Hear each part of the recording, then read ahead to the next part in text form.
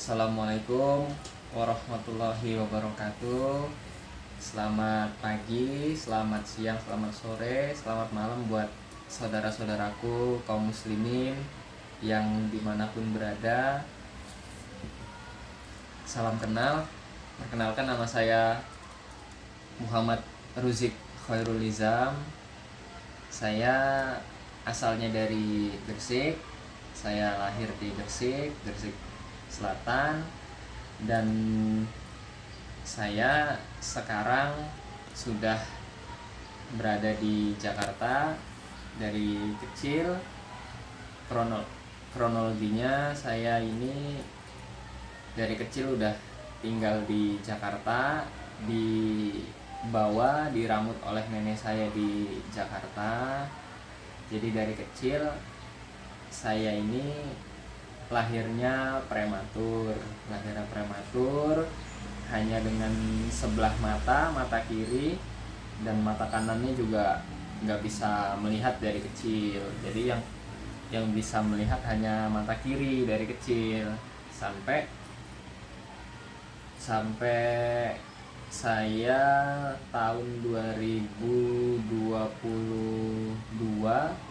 saya mulai, mata kiri saya karena dokter bilang beban matanya terlalu berat, terlalu besar bebannya, jadi mata saya yang kiri sudah mulai nggak bisa melihat, pandangannya, daya tangkap cahayanya menurun.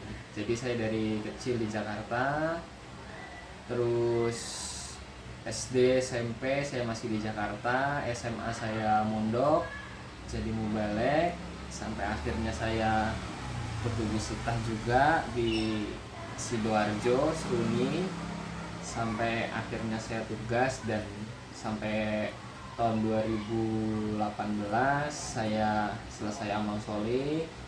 Saya kerja di Jakarta di tempat nenek saya. Kebetulan di Jakarta orang tua saya punya warung makan. Saya kerja dari muda sambil ngajar, sambil amal soleh, sambil kerja juga, sampai akhirnya tahun 2022 Allah qadar saya kena musibah. Saya sakit. Mata saya yang kiri, yang tadi yang saya sampaikan, nggak bisa melihat sampai sekarang. Tapi alhamdulillah sejak tahun 2022 saya diarahkan ke rumah sakit yang alhamdulillahnya juga fasilitasnya sangat lengkap di Jakarta. Saya diarahkan dari tahun 2022 itu di Jakarta Eye Center, salah satu rumah sakit mata yang terbaik di Jakarta. Saya diarahkan di situ oleh puskesmas. Alhamdulillah pelayanannya juga sangat luar biasa. Dokternya juga sangat sayang, sangat care, sangat peduli. Pelayanannya juga sangat baik. Fasilitasnya alat-alatnya sangat canggih. Jadi saya juga bersyukur, alhamdulillah dari tahun 2022 itu sampai sekarang saya udah sekitar 3 kali operasi. Sudah 3 kali operasi, alhamdulillah peningkatan penglihatan saya juga saya rasakan ada banyak peningkatan.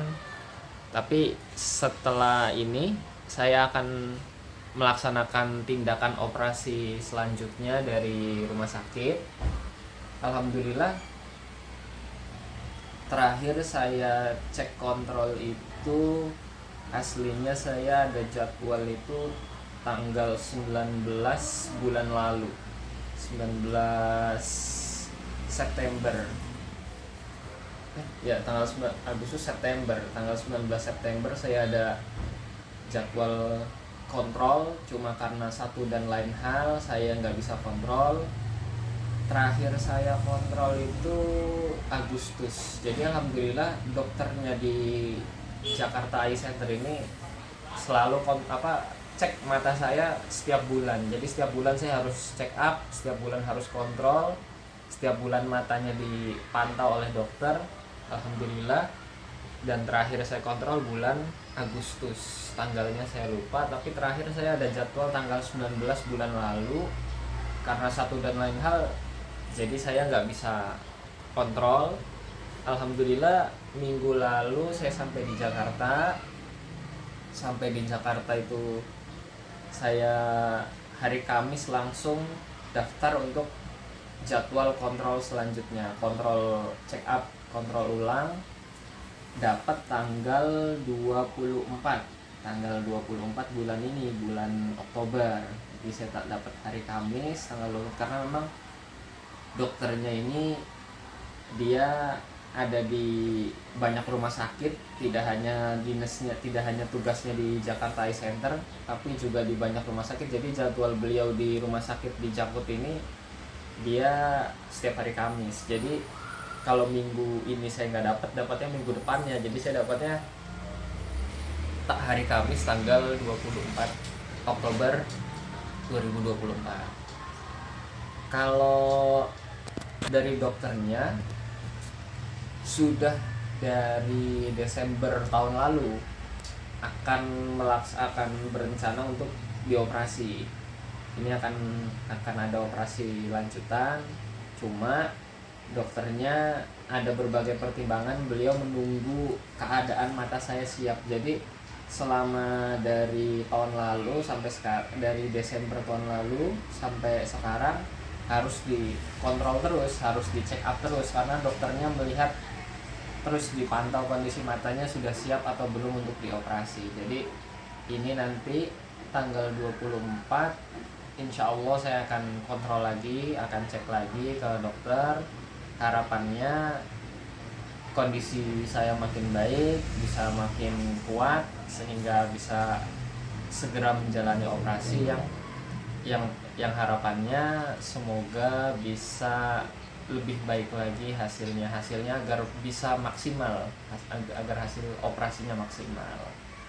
Lalu untuk keadaan saya sekarang alhamdulillah, setelah saya kejadian yang kemarin, alhamdulillah sekarang saya berada di tempat saudara muslim saya, saudara Islam saya yang beliau tidak ingin untuk disebutkan namanya. Alhamdulillah saya juga bersyukur, saya juga berterima kasih.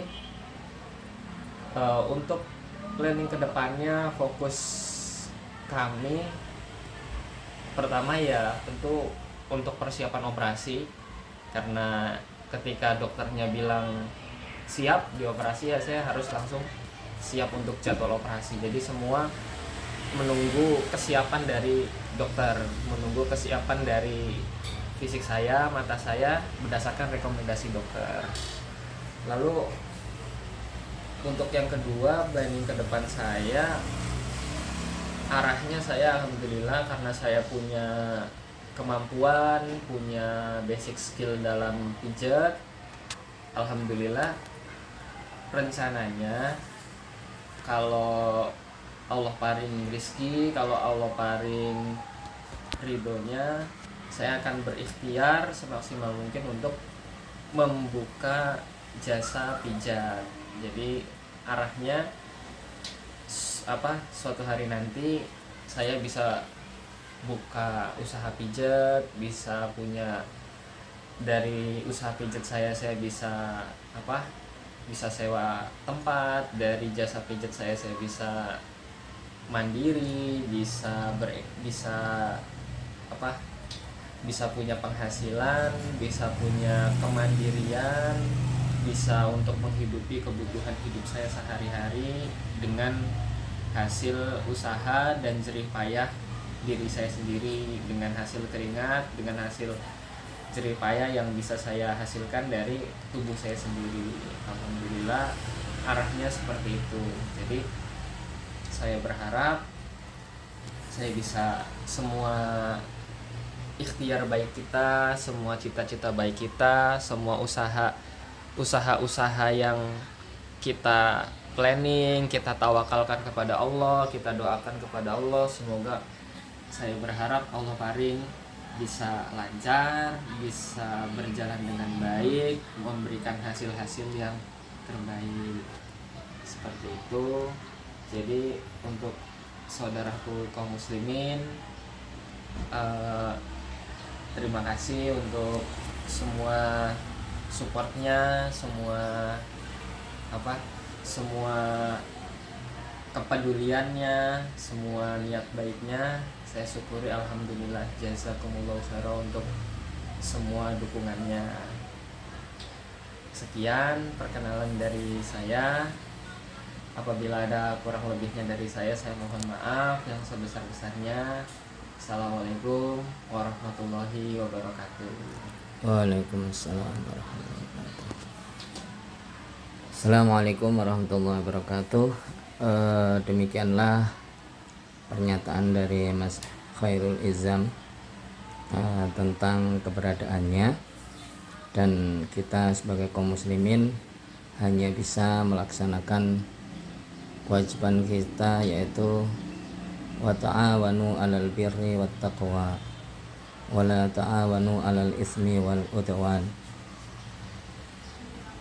Kita adalah kaum muslimin yang Rasulullah pun mengatakan al mu'minu lil mu'min kal jasadil wahid. Saudara orang iman dengan orang iman yang lain itu bagaikan jasad yang satu. Ketika merasa saudaranya sakit dari salah satu anggota badannya, maka dia pun turut merasakan sakit. Ketika saudaranya merasakan kezaliman, maka mereka pun ingin bergerak untuk menolong dari kezaliman tersebut. Ketika saudaranya salah, maka kaum muslimin saling menasehati. Al mu'min lil mu'min, saudara iman adalah saudara satu dengan yang lain. La yata'na nasihatan ala kulli hal, tidak meninggalkan nasihat dalam segala hal, dalam keadaan apapun. Mungkin bagi kita saat ini yang sehat tidak pernah merasakan betapa menjalani hidup dalam keadaan sakit. Seperti dia atau Mas Khairul Izam ini ya sudah tidak bisa melihat, sehingga sebenarnya di sini pun saya tahu perasaannya. Insya Allah beliau juga malu atau segan, sehingga dia kalau sekarang ini tadinya makan diantar ke atas, sekarang beliau ini kalau makan turun karena takut ngerepotin. Nah, hal-hal seperti itulah menyentuh kita. Sebenarnya keberadaan seperti ini bukan keinginannya, namun semua adalah merupakan qadarullah. Namun sebagai kaum muslimin, Allah sudah menjelaskan berbagai macam dalil dalam Al-Quran sebagai ibrah, bahwasanya dunia ini tidak terbatas hanya karena kekurangan atau hanya karena dirinya salah satu tidak berfungsi dari organnya. Banyak cerita yang mana kekurangan dalam dirinya itu tidak menjadi alasan untuk tidak bergerak, karena Allah pun menebar rizki ini kepada seluruh makhluknya di muka bumi. Kita masih ingat bahwasanya pernah diceritakan ada ular buta di dasar laut yang makannya itu dia diantar oleh katak yang dari darat, harus menyeberang ke bawah membawakan makanan, diantarkan makanan itu sampailah kepada ulat yang buta tersebut. Ada pula cerita-cerita ya toh, motivasi buat kita. Seorang yang tidak punya tangan, tangannya putus dua-duanya, qadarullah kakinya juga putus kedua-duanya. Namun bagaimana Allah itu punya cara untuk membuat makhluknya itu tetap bertahan dengan rezekinya. Ingat sekali lagi, dengan rezekinya, bukan kita yang memberi. Apabila kita yang memberi itu hanya salah satu cara saja, sehingga rezeki itu sampai di sana. Sehingga kita yang memberi ini juga tidak merasa, wah kamu harus begini karena sudah saya beri. Karena kita hanya sebagai perantara saja, sehingga orang itu mendapatkan rezeki dari melalui kita. Nah, dengan demikian pemberian kita ini bisa ikhlas, atau ikhtiar kita bisa ikhlas. Karena semua ini tidak mungkin terlepas dari qadar yang sudah ditentukan oleh Allah. Nah, dengan keadaan apapun semacam ini ya kita harus tetap bertawakal kepada Allah. Karena dengan tawakal itulah Allah akan mencukupi. Wa may yatawakkal 'ala Allah fa huwa hasbuh. Barang siapa yang bertawakal kepada Allah, maka Allah akan mencukupi. Bagaimana kita melihat burung itu pagi terbang, pulang semua anaknya kenyang. Dia tidak tahu harus kemana, tapi perjalanan itu Allah sudah setting. Nah, sebagaimana kalau kita punya drone, nah kita remote dari jauh, nah burung-burung itu kemana mencari rezekinya, yang sehingga anaknya itu semuanya kenyang di sore hari. Atau pagi dia pergi terbang mencari rezeki, sorenya demikian, itulah rezeki. Jadi tak perlu kita khawatir dengan keterbatasan apapun. Insya Allah Allah sudah menyiapkan rezekinya. Nah kita tidak tahu dengan Mas Lizam seperti ini Allah akan memberikan rezeki dari mana, entah dari pijit, entah nanti kalau matanya bisa berhasil sembuh total yang kiri, dia menjadi pengusaha besar, menjadi seorang hafizul Quran, menjadi orang ulama yang bisa bermanfaat untuk dirinya dan keluarganya dan seluruh kaum muslimin, bahkan seluruh masyarakat yang berada di sekelilingnya. Dan juga beliau tetap bersyukur, meskipun dia tidak lagi bersama orang tuanya, tetap dia mendoakan orang tuanya agar orang tuanya menyadari kekeliruannya, kesalahannya, Allah memberi hidayah sehingga mereka pun bisa tetap menjadi keluarga yang bahagia baik di dunia maupun di akhirat kelak. Demikian saudara-saudara, tak ada yang kami sampaikan kecuali kami mohon maaf yang sebesar-besarnya atas munculnya video ini. Kami syukuri semua, baik nanti yang ingin menyumbang ataupun yang ingin membantu, silakan. Insya Allah biasanya kita akan membuat rekening itu melalui rekening Rihlatul Ilmi yang dipegang oleh Bendara Rihlatul Ilmi, yaitu Mas Nurul Khairuddin.